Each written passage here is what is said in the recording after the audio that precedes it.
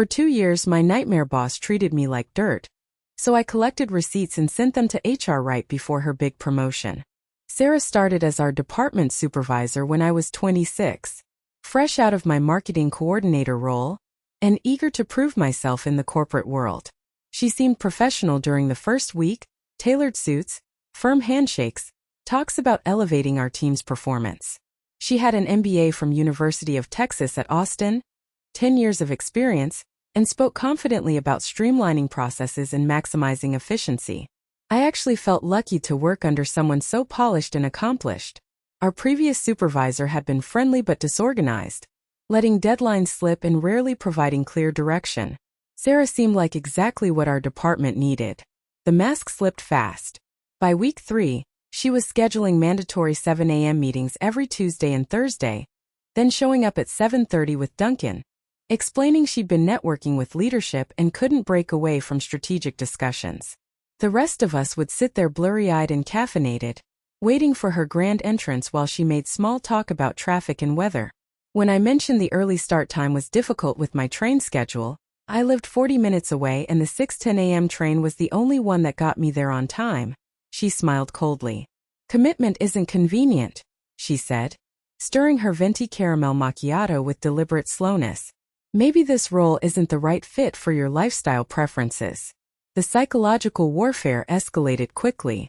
She'd assign urgent projects at 5:50 p.m. on Fridays, demanding them completed first thing Monday morning.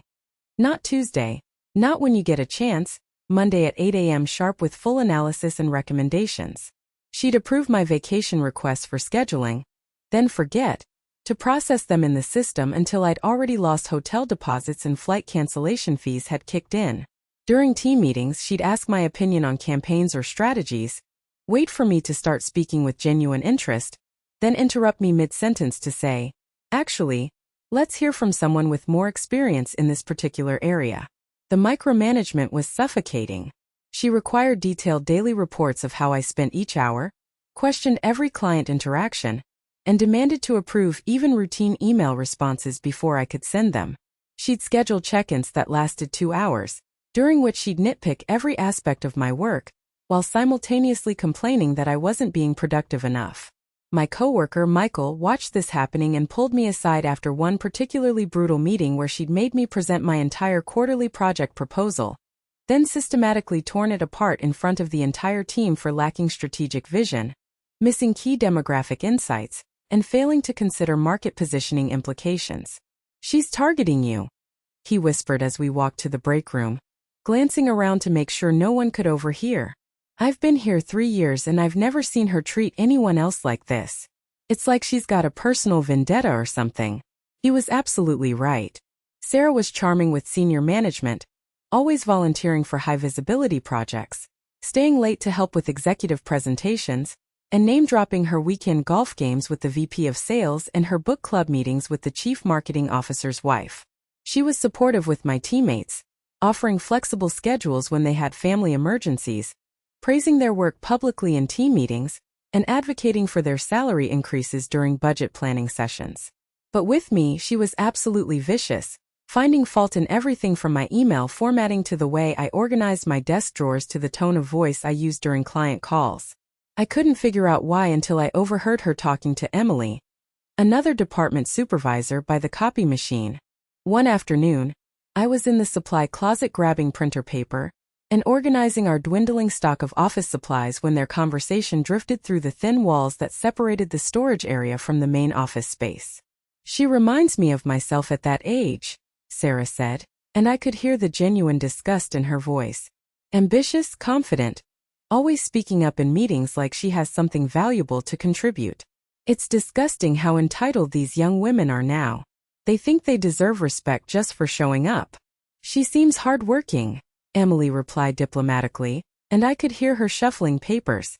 "They all seem hardworking until they start demanding promotions they haven't earned and questioning decisions made by people with actual experience. Mark my words. She'll be gunning for my job within 2 years. I can see it in her eyes." My stomach dropped like an elevator with severed cables. This wasn't about my performance or attitude. This was about her insecurity and her perception that I was a threat to her position. The breaking point came during my annual performance review conducted in the sterile conference room that always smelled like stale coffee and broken dreams. She'd been building a case against me for months, documenting every bathroom break that lasted longer than 5 minutes, every minute I arrived after 8:59 a.m., every project that was 99% perfect instead of absolutely flawless. She had a manila folder 2 inches thick with printed emails, timestamp notes, highlighted performance metrics, and detailed observations about my concerning behavioral patterns. "Your attitude has become concerning over the past several months," she said, sliding a formal written warning across the polished conference room table. "Multiple colleagues have complained about your negativity, unprofessional behavior, and resistance to constructive feedback." I knew this was a complete lie. My teammates regularly thanked me for covering their mistakes when Sarah threw them under the bus. Michael had told me just last week that I was the most reliable person on the team, and the only one who actually helped train new employees properly. Our intern Chloe had confided that I was the only person who took time to explain processes, instead of just dumping tasks on her desk with minimal instructions. "Who complained?" I asked, trying to keep my voice steady and professional. "That's confidential information that I cannot share," she replied with fake sympathy. "But the pattern is clear and well documented. You're not meeting our cultural standards for collaborative teamwork and positive attitude maintenance." She slid a second document across the table, a performance improvement plan that would put me on probation for 6 months. Any additional incidents of poor attitude, missed deadlines, or unprofessional behavior would result in immediate termination. The plan required weekly one-on-one meetings with her, daily productivity reports, and mandatory attendance at professional development workshops on topics like accepting feedback gracefully and team collaboration in corporate environments. I signed the documents because I desperately needed the job. Student loans don't pay themselves, and I just signed a lease on a 1-bedroom apartment after finally moving out of my parents' house. But that night, lying in bed, staring at the ceiling until 3 a.m., replaying every humiliating interaction and questioning every decision I'd made, I made a decision that would change everything. That's when I started recording everything. I researched recording laws in Florida extensively, reading legal blogs and consulting with a lawyer friend from college. We were in a one-party consent state, meaning I could legally record conversations as long as I was present and participating. I bought a small recording device that looked like a regular ballpoint pen from Best Buy for $89, along with a backup device that resembled a USB drive. I began documenting every interaction with Sarah, no matter how brief or seemingly insignificant. I saved every email to a personal cloud account, including her replies, forwards, and the metadata showing when messages were sent and received. I screenshotted every unreasonable request before completing it, timestamped, and saved to an encrypted folder with detailed notes about context and circumstances. I kept a detailed log in a password-protected document with exact timestamps, direct quotes, witness names, and my emotional state during each incident. For 8 months, I gathered evidence while she made my life increasingly miserable in ways both subtle and overt. She'd forget to invite me to crucial department meetings, then write me up for being uninformed about important decisions made in my absence. She'd change project requirements after I'd completed work according to her original specifications, then document my inability to follow directions and resistance to constructive feedback. She'd assign me to clients she knew were difficult and demanding, then blame me when they complained about our service levels or missed their unrealistic expectations. The passive-aggressive behavior was constant and exhausting. She'd schedule important client calls during my designated lunch break, then act surprised and disappointed when I mentioned I had other plans or needed to eat. She'd reassign my projects to other team members without explanation or advance notice, then question why my workload seemed lighter than everyone else's during team meetings. She'd ask me to stay late for urgent revisions that turned out to be minor formatting changes she could have handled herself in 5 minutes. She began requiring me to CC her on every single email I sent, even routine correspondence with colleagues I'd been working with for years. She'd respond to these emails with suggestions that were actually commands, rewriting my professional communications to sound more collaborative and team-oriented. She questioned my lunch plans, my bathroom breaks, my phone calls, and even my choice of clothing on casual Fridays. My mental health started deteriorating rapidly, I was having anxiety attacks in bathroom stalls, hyperventilating before team meetings, and checking my email obsessively at all hours. I couldn't sleep without replaying our conversations and wondering what I'd done wrong, or how I could have handled situations differently. I started seeing a therapist who helped me realize this wasn't normal workplace stress. This was systematic harassment designed to break down my confidence and self-worth. Document everything, my therapist advised during our third session. People like this rely on gaslighting and making you question your own perceptions. The more evidence you have, the more you'll trust your own reality. So I did. I documented her telling me my presentation was impressive work that really showed your potential in front of the client, then emailing me privately 20 minutes later that it was barely acceptable, and showed poor preparation that reflected badly on our entire team. I recorded her praising my campaign ideas enthusiastically in team meetings, then later claiming I'd stolen them from other team members or found them on competitor websites. I screenshotted her approving my project timeline with her digital signature, then criticizing me for falling behind when she'd secretly moved up the deadline by 2 weeks without telling me. The documentation revealed patterns I hadn't noticed before. She was systematically isolating me from colleagues by spreading rumors about my attitude problems and difficulty accepting feedback. She was creating impossible standards that she applied only to me while giving other team members flexibility and support. She was building a narrative of incompetence and insubordination that would justify whatever action she wanted to take. The worst incident came when she tried to sabotage my promotion opportunity. I'd applied for a senior marketing strategist role in another department, a position that would get me away from her toxic influence and advance my career significantly. The role was perfect for my experience level and would have meant a 25% salary increase plus better benefits. During my interview with Mark Sullivan, the hiring manager, he seemed confused about my qualifications and work history. "Sarah mentioned you've had some performance issues over the past year," he said carefully, consulting his notes. "Something about missed deadlines, attitude problems with clients, and resistance to management feedback." I explained that I'd never missed a deadline in my entire career and had received positive feedback from every client I'd worked with. I offered to provide references and examples of my work, but I could see in his eyes that he'd already made his decision based on Sarah's character assassination. Her recommendation carried significant weight in the company, and her lies had poisoned the well before I'd even had a chance to interview. I didn't get the job despite being the most qualified candidate and having excellent interview performance. That night, I was working late on a campaign proposal that was due the next morning when I discovered something that would become the smoking gun in my case. Sarah had left her computer unlocked when she went to a dinner meeting with potential clients, and I needed to access a shared file for my project that was stored on her desktop. While navigating to the shared drive, I noticed she had a folder with my name on it. I wasn't planning to snoop, but curiosity and a growing sense of unease got the better of me. What I found made my blood run cold and my hands shake. She'd been forwarding my personal emails to herself, emails I'd sent from my work computer during lunch breaks to friends and family about medical appointments, family problems, relationship issues, and personal struggles. She'd been building a comprehensive psychological profile, looking for weaknesses she could exploit and personal information she could use against me. She had screenshots of my social media posts, notes about my personal relationships and family dynamics, detailed observations about my behavior and appearance, and even information about my financial situation that she'd gleaned from overheard phone conversations. But the most damning evidence was a document titled Termination Strategy Confidential. In her own words, she'd written, "Building comprehensive case for termination over 6-month timeline. Goal: promotion to director requires demonstrating ability to manage difficult employees and make hard personnel decisions. Current documentation strategy showing excellent progress. Performance improvement plan will provide final justification for removal.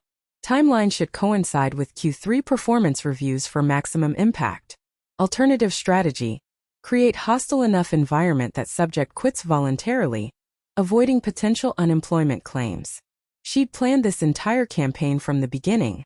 My performance issues weren't real. They were manufactured to justify firing me and boost her promotion chances. She'd systematically created a hostile work environment designed to either break me down completely or force me to quit. I photographed everything with my phone, my hands shaking as I captured each damning page.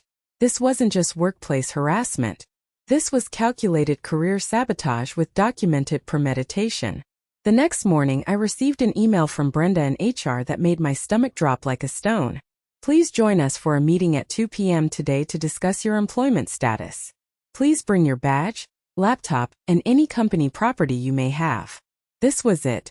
After 2 years of psychological torture and systematic harassment, she was finally going to fire me. But I had other plans that she couldn't have anticipated. I spent my lunch break sitting in my car in the parking garage, organizing 8 months of meticulously gathered evidence into a comprehensive file that would have made a prosecutor proud. I created a detailed timeline showing how her behavior escalated immediately after she learned about my promotion applications.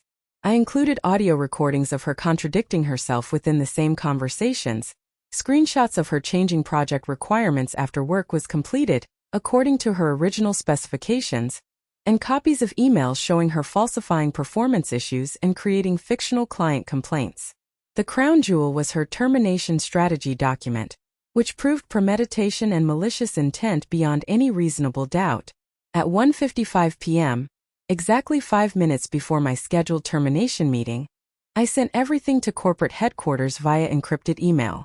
Not just to our local HR representative. I sent the complete file to Linda Davies, the VP of Human Resources, Kevin Lee, the General Counsel, Dr. Elizabeth Wright, the Chief Ethics Officer, and Daniel Perez, the CEO himself. I included a detailed cover letter explaining how Sarah had created a systematically hostile work environment, violated multiple company privacy policies, engaged in discriminatory behavior based on age and gender, and documented her own illegal activity in writing. I attached 47 separate pieces of evidence, organized chronologically with detailed explanations and legal analysis. The file was professional, comprehensive, and devastating.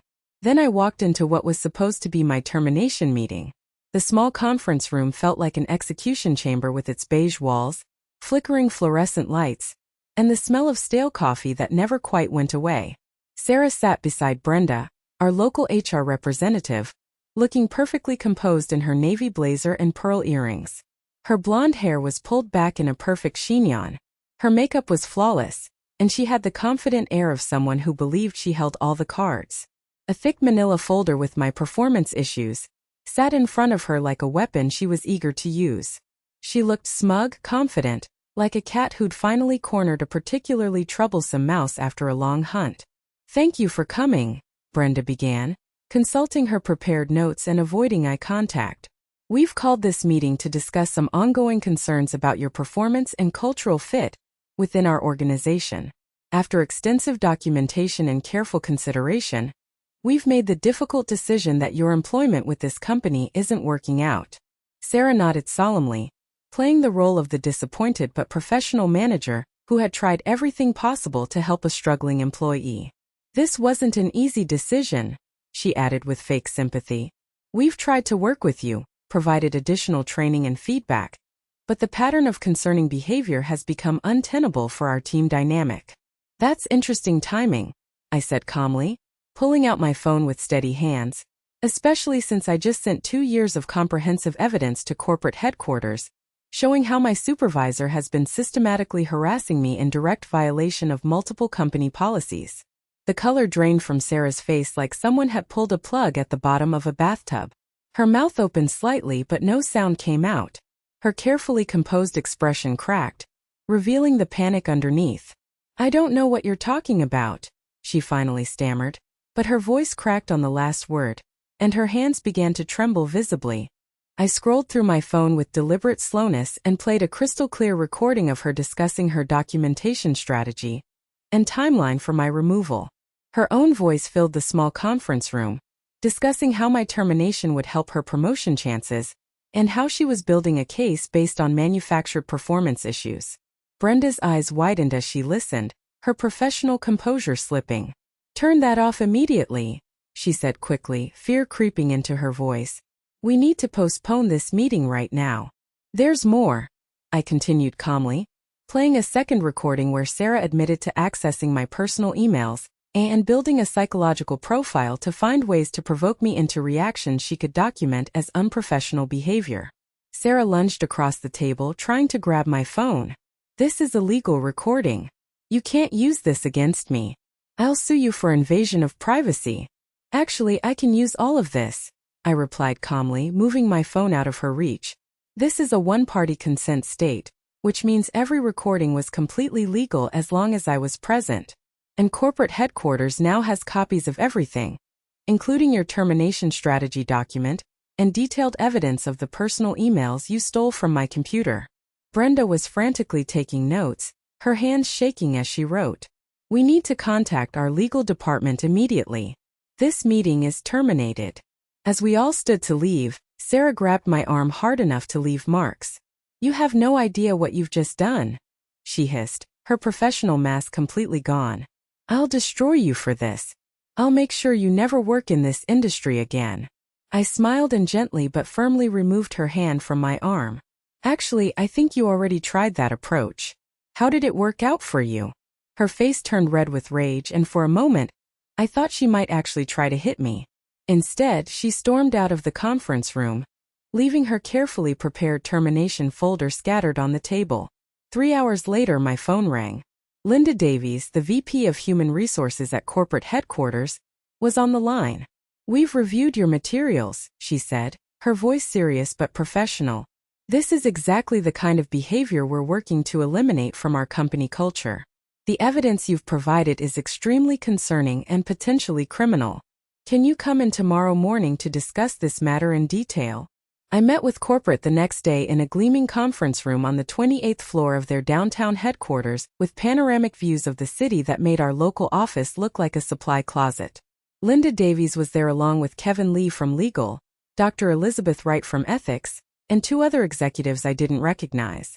The atmosphere was serious but respectful, a stark contrast to the hostile environment I'd endured for 2 years. They'd already begun their investigation. Computer forensics had pulled Sarah's access logs, confirming she'd accessed my personal emails over 40 times, and had been downloading my private communications to her personal files. They'd conducted private interviews with my teammates, who finally felt safe enough to admit they'd witnessed her harassment, but had been afraid to speak up because of her connections to senior management. "Michael told us she threatened his job when he tried to defend you during a team meeting," Linda said, reviewing her notes. "Chloe provided a detailed statement about how Sarah instructed her to spy on your activities and report back about your personal phone calls. They'd reviewed security footage showing her going through my desk drawers when I was away, reading personal papers and documents that had nothing to do with work. They'd found evidence that she'd been badmouthing me to other departments, spreading rumors designed to damage my professional reputation throughout the company. We had absolutely no idea this level of systematic harassment was occurring," Linda said, reviewing my meticulously organized documentation. "Your evidence is incredibly thorough and professionally presented. This behavior is completely unacceptable and potentially constitutes criminal harassment and privacy violations." Kevin Lee leaned forward, his expression grave. "The privacy violations alone could result in serious legal consequences for the company if you decided to pursue external legal action. The fact that she documented her own premeditated harassment campaign shows a level of malicious intent and psychological instability that we rarely encounter." Dr. Wright shook her head as she read through Sarah's psychological profile of me. "This crosses every ethical boundary we have in place. The personal nature of this harassment, the systematic approach, the documented premeditation, it's sociopathic behavior that has no place in any workplace." They asked detailed questions about each incident, had me walk through the timeline chronologically, and requested additional context for several recordings. The meeting lasted 6 hours with breaks for lunch and legal consultations.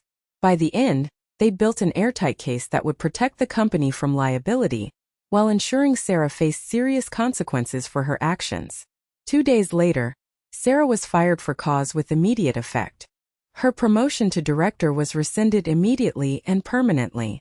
Her severance package was revoked entirely due to documented policy violations and potential criminal activity.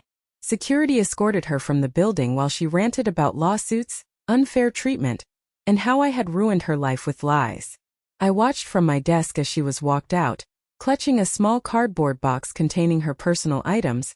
Her professional facade finally cracked beyond any possibility of repair. The company offered me the director position she'd been set to receive, along with a 40% salary increase, full benefits package, a corner office, and 3 weeks of additional vacation time. More importantly, they implemented comprehensive new policies for documenting harassment, created an anonymous reporting system to prevent similar situations, and mandated quarterly ethics training for all management personnel. But the best part came a week later when the full scope of Sarah's behavior became clear. Michael knocked on my new office door. Yes, I'd taken Sarah's old corner office, complete with a window view she'd always bragged about and the mahogany desk she'd claimed was a symbol of her success. "You need to see this," he said, handing me his phone with barely contained laughter. It was a Facebook post from Sarah, posted just hours after her termination. Sometimes setbacks are setups for comebacks. When one door closes, another opens to even better opportunities. Excited to explore new challenges in management and bring my innovative leadership skills to an organization that truly values creative problem-solving and results-driven approaches. #resilient leadership, #new beginnings, #management excellence, #next chapter. The comments section was even more entertaining. Several former colleagues had shared the posts with laughing emojis and sarcastic responses. Someone had replied, "Innovative leadership like reading employees' personal emails and creating fake performance issues?" Another comment read, "I heard you got fired for harassment. Is that part of the creative problem solving you're talking about?"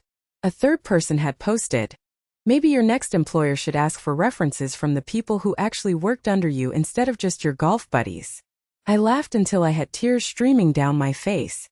6 months later, I was grabbing my usual Friday evening coffee at the local coffee shop near my apartment when I spotted a familiar figure hunched over a laptop in the corner booth.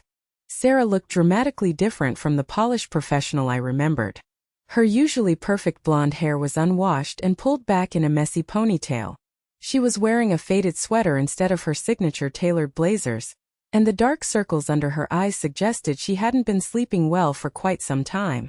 When she saw me approach the counter, she closed her laptop abruptly and approached my table with the kind of determined stride I remembered from our worst confrontations. "I hope you're happy," she said, her voice dripping with bitterness and barely controlled rage. "You completely ruined my career and destroyed my reputation over a simple personality conflict." I looked at her calmly, noting how different she seemed without the corporate armor, manufactured confidence, and institutional power that had once made her so intimidating. "No, I documented criminal behavior and systematic policy violations with comprehensive evidence," I replied evenly. "There's a significant difference between personality conflicts and premeditated harassment campaigns." "I was just trying to do my job and maintain professional standards," she insisted, her voice rising slightly and drawing stares from other customers. "You were always difficult to work with, always challenging my authority. I was trying to help you improve and become a better team player. Your job description didn't include reading my personal emails, building unauthorized psychological profiles, or creating fake performance issues," I replied calmly. "That was systematic harassment with documented premeditation, not professional development." Her face reddened with anger and embarrassment. "You recorded me without permission. You violated my privacy and trust." "Actually, I recorded conversations I was legally permitted to record in a one-party consent state," I corrected. "You violated my privacy by accessing personal communications and creating unauthorized files about my private life. The law is very clear about which of us acted illegally." She stared at me for a long moment, and I could see her struggling between explosive rage and the dawning realization that she had no moral high ground to stand on. Her breathing was shallow and quick, her hands clenched into fists. "I lost everything because of you," she said finally, her voice cracking slightly. "My promotion, my reputation, my professional references. No reputable company will hire me now. I've had to take contract work just to pay my bills." I stood up and gathered my things, feeling a mixture of satisfaction and genuine pity. "You lost everything because of your own documented actions and choices. I simply provided evidence of what you chose to do to another human being. You were always self-righteous. she spat, her professional vocabulary finally failing her. Always acting like you were better than everyone else, like you deserved special treatment. I smiled sadly, remembering how intimidated I used to be by her anger and accusations. Actually, you taught me something valuable during those 2 years of psychological torture. You showed me exactly the kind of manager and human being I never want to become. As I walked toward the door, she called after me with a desperation that was almost pathetic. This isn't over. I'll find a way to get back at you for this. I have connections in this industry. I turned back one final time, looking at this woman who had once controlled my daily happiness and professional future. Sarah, I'm not recording this conversation, but I'd be extremely careful about making public threats in crowded places. Some lessons apparently need to be learned more than once. I left her standing there, clutching her laptop bag like a life preserver, looking more defeated and powerless than I'd ever seen her. Last month, Michael reached out with an update that made my entire week. Apparently, Sarah had found a new job at a smaller marketing firm across town after months of unemployment and increasingly desperate job searches. Within 3 months of her hire, 2 employees had quit unexpectedly, specifically citing her management style and hostile behavior in their detailed exit interviews. A third employee had filed a formal complaint with HR about workplace harassment and hostile work environment. The company's comparably rating had dropped significantly, with multiple reviews mentioning toxic management and unprofessional behavior from supervisors. She was currently on a 90-day performance improvement plan, the same kind of probationary period she tried to use against me. The irony was so perfect it felt like cosmic justice. Karma's funny like that, Michael texted along with a screenshot of her new company's comparably reviews. Someone had written, "Management lacks basic emotional intelligence and professionalism. Felt constantly undermined and documented for minor issues, while watching supervisor engage in inappropriate and unprofessional behavior. Would not recommend working here unless you enjoy toxic workplace dynamics." Another review read, "Supervisor creates hostile environment through micromanagement, false accusations, and invasion of privacy. HR does nothing to address concerns, looking for new opportunities." I shared the message with my own team during our weekly check-in meeting. This is why we focus on honest feedback, professional development, and mutual respect instead of gotcha management and power games, I told them.